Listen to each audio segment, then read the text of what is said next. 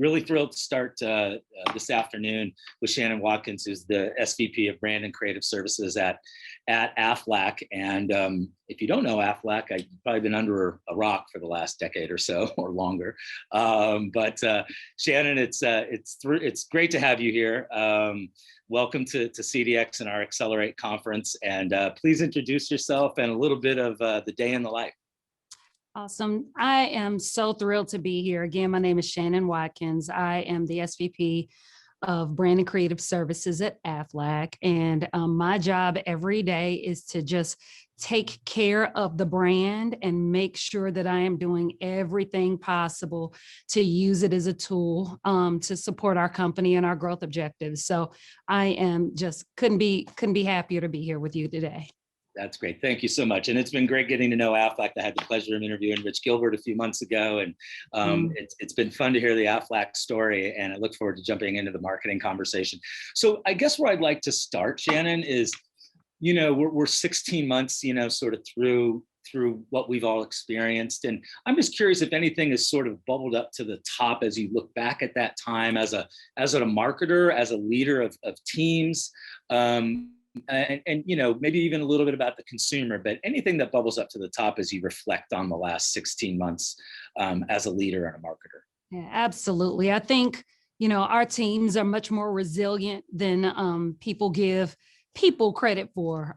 We have a lot of working moms and dads, and through this pandemic, they were able to balance childcare and taking care of themselves while taking care of the business. And so that has been a tremendous gift to this organization and to me as a leader, that everyone hung in there and stuck it out and did so with such grace that I am forever grateful, and will look back on this time with this team with just sincere appreciation. I think, the second thing that I will say is, people miss hugging necks and breaking bread together. Yes. And that has just been such a part of the culture that we've just all missed, and everybody's really ready to get back together again. Yeah, no, I couldn't agree more. I live across the street from Madison Square Garden, and the Knicks won their playoff game last night. Sorry, and it was bedlam outside. It was just a regular playoff win, but the people, the energy, it's so palpable, and we're looking forward to it. And it's interesting you say resilience. Of all the interviews I've done through the pandemic and even up to now, that's the one word I think for me from the executives and the leaders that I've had the pleasure of talking with is resilience with the teams and everything. So I'm curious where we are sort of right now at this exact moment in time, right? That the pandemic is still fresh, the wounds are still fresh, but we just talked about all this great excitement and energy and enthusiasm.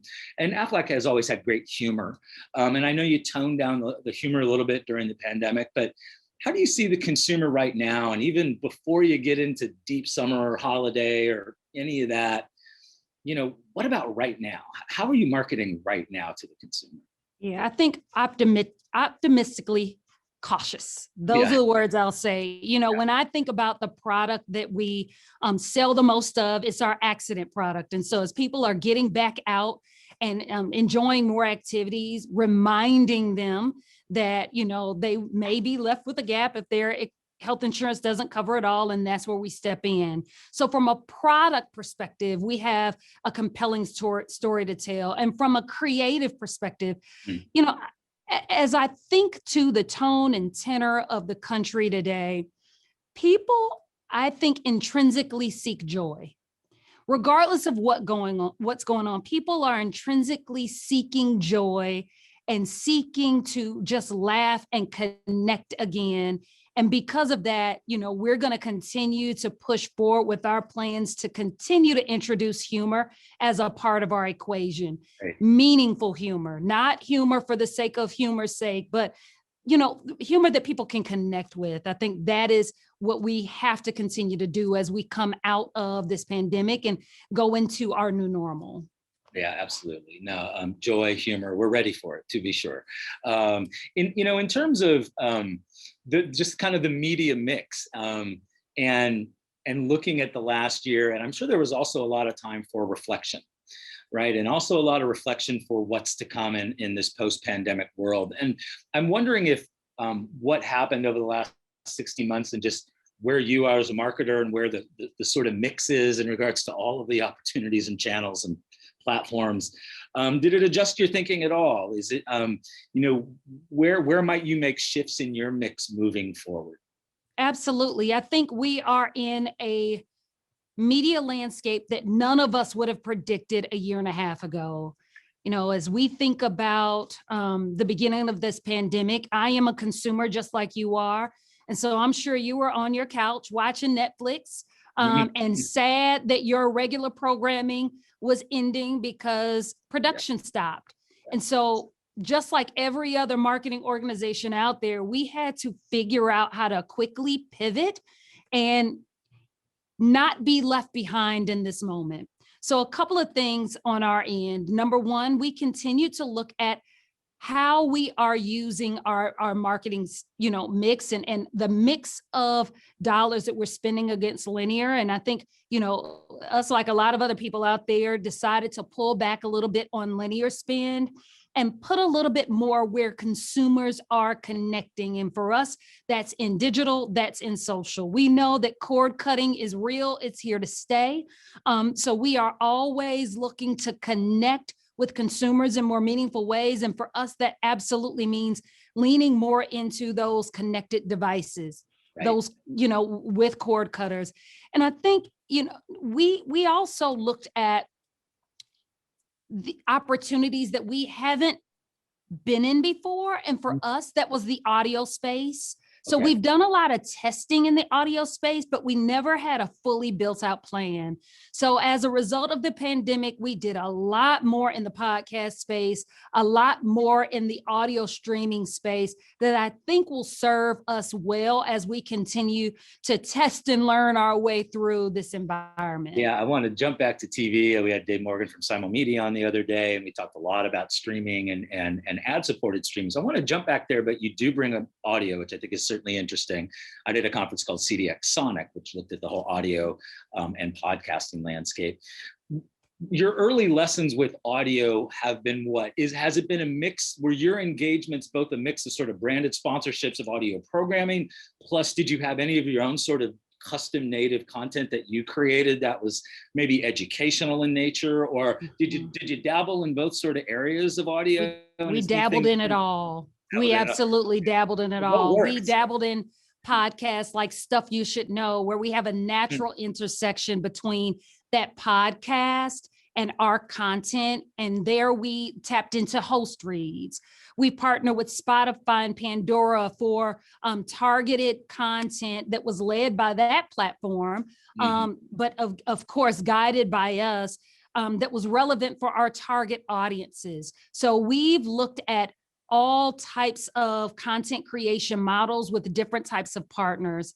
And what we're finding is that winning for us is a mix. There is no one size fits all when we're thinking about our media plans and those platforms or partners that we're choosing to work with.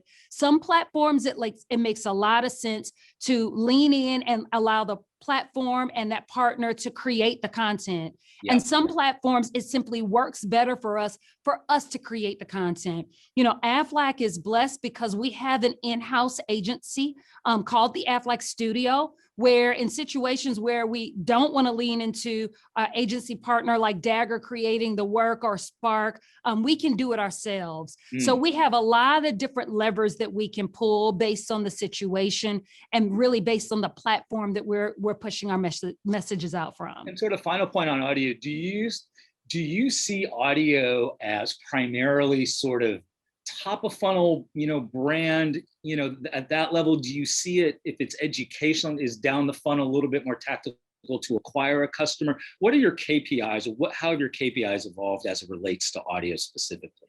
I think our KPIs have evolved based on where people are going. Yeah. It's a lot easier if you're in a digital environment to bring someone down funnel through a click where you can understand, okay, they received my content, they clicked on a link, it took them directly to aflac.com, and we can measure their journey. And I think through cord cutting, with everything being on a device, we now have the opportunity to meld the two together. We can have an audio read with a side piece of content or copy that accompanies that read on a phone when you're running. And if we just so happen to get you to pause midway through your run because our content is just that compelling and you click on a link, we can look at and track where consumers are going. So for us, it really, our KPIs are dependent on the media channel and the platform that we are moving our messages through. The closer we are to a connected device where we can actually see where people are clicking and if that's driving them to a certain spot, that has a different level of KPI than maybe a linear TV spot where you're not connected to your phone or your iPad or a device where we don't have the ability to track where you're going. Sure, absolutely. I want to shift to social a little bit. It's on everybody's mind, and it's the driving force of younger demographics for sure. Before I, ask you maybe specifically about, do specific social platforms, deliver specific audience to you, or do you use them for a specific reason? Is there, as you came, in your role and looked at social holistically writ large, did you have, okay, this is what we want to achieve sort of broadly with social, or did you have sort of preconceived notions about going deeper into social would be X for you or look this way for you? And I guess, how do you see social at a top line level for a brand like Aflac? And then we can talk a little bit about some of the platforms. Absolutely. So, we have two sides of our house at Aflac. We have the brand and creative services side of the house that's primarily responsible and the keeper of the Aflac duck. And then we have a great community of people, our communications team, and their job and responsibility is really the keeper of our ESG messages. We also have a B2B team that sits kind of in the middle that's responsible for making sure those messages that we put out in the marketplace are relevant for the brokers or the agents and the recruits and direct to consumer or policyholders that we try to reach. So the first thing that we did, I think around 3 years ago now, is we created clear role sort and lanes for how we were going to use each social channel. Yeah. When are we going to have the duck, the Aflac duck's voice loud and clear and own that channel? And when are we going to have the voice of the corporation and our corporate communications team really lead that channel? So for us, success was clear role scope based on the channel that we were using at the time. As I think about how we've evolved to a place of being, and as the world has evolved, right? Because, consumers see us not as the duck or the corporate channel, but as Aflac.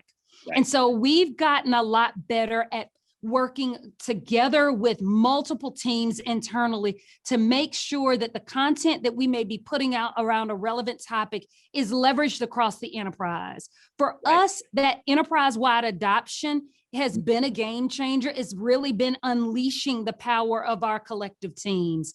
So that has been something that has almost changed our view of how we use these platforms and how we partner better together internally. Yeah, absolutely.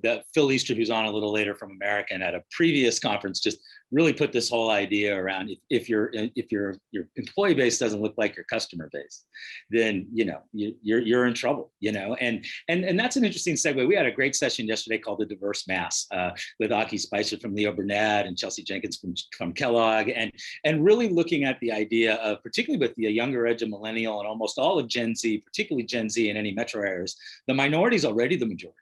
Right. This is not this issue of sort of multicultural marketing's over here, and then there's total marketing.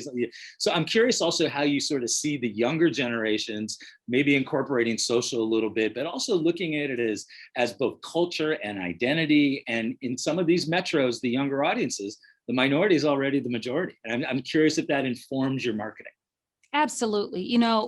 The great thing about assuming the leadership role of the Aflac brand is that I was stepping into a history and heritage that was deep in equality around the diversity topic. Our very first TV spot with the Aflac Duck 21 years ago had diversity in front of the lens. And now we have matched that diversity in front of the lens to behind the lens. Our team is 60% multicultural, and that really, our board is almost 60% multicultural and female. So diversity is a part of the underpinning and a part of who we are and how we live in this company authentically.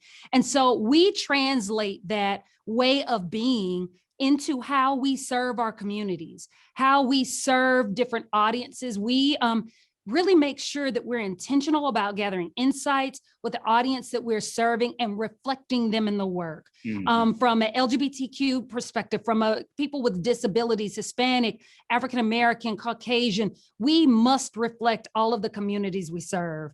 And so that for us remains unchanged. It's core to how we must operate. And now our next horizon and challenge is to really get more specific in driving specific channels to reach different audiences and using culture in a way that's relevant for our brand, but also speaks to those audiences. And so for us, a big part of what we do and a bedrock of our plans has always been sports. Sports is key to Aflac, especially college sports. And so we've had a long history and heritage of linking our brand to sports, activating in sports. But when you think about that next frontier of the consumer, we also know that reaching consumers through sport, especially that younger demographic in the channels where they are, where they're interacting. And if we think about NCAA, where they're trash talking, that is the sweet spot for us as a brand on how we continue to move our growth agenda forward, as well as remain and build and remain relevant with a younger demographic. And as you think about sport, and obviously everyone's going to be very excited to get back to sports in a big, big way, are you also driving that down at the event level in terms of experiences and brand engagement, physical brand engagement and experiences at the event level as well? Absolutely. And so, 2 years ago, we signed a partnership agreement with SEC. So over the last really year, because the second year was COVID, we activated on site with great activations where we could have a one-on-one connection with our consumers. If you think about our marketing funnel, of course, upper funnel is all awareness, but when you're face-to-face, it's about connecting and bringing our brand to life in memorable breakthrough ways. And so we were able to do that through our partnership with the SEC. This year, we also signed a multi-year agreement with NCAA. Unfortunately, the activation didn't happen in Indianapolis this year, but as we look ahead to New Orleans, where NCAA, the Final Four tournament, will take place next year, we couldn't be more excited to dust off those plans we drew up and activate them in New Orleans, because we believe that one-to-one interaction is what people miss, is what we crave. And when you show up in that market and you're able to connect with consumers, connect with policyholders whose lives we've touched by having our products, we think that is immeasurable for us. And so we want to do more, and our intention is to do even more this football season. Yeah, that's great. And well, Final Four in New Orleans, that won't be fun. Not at all. I'm not looking forward to it.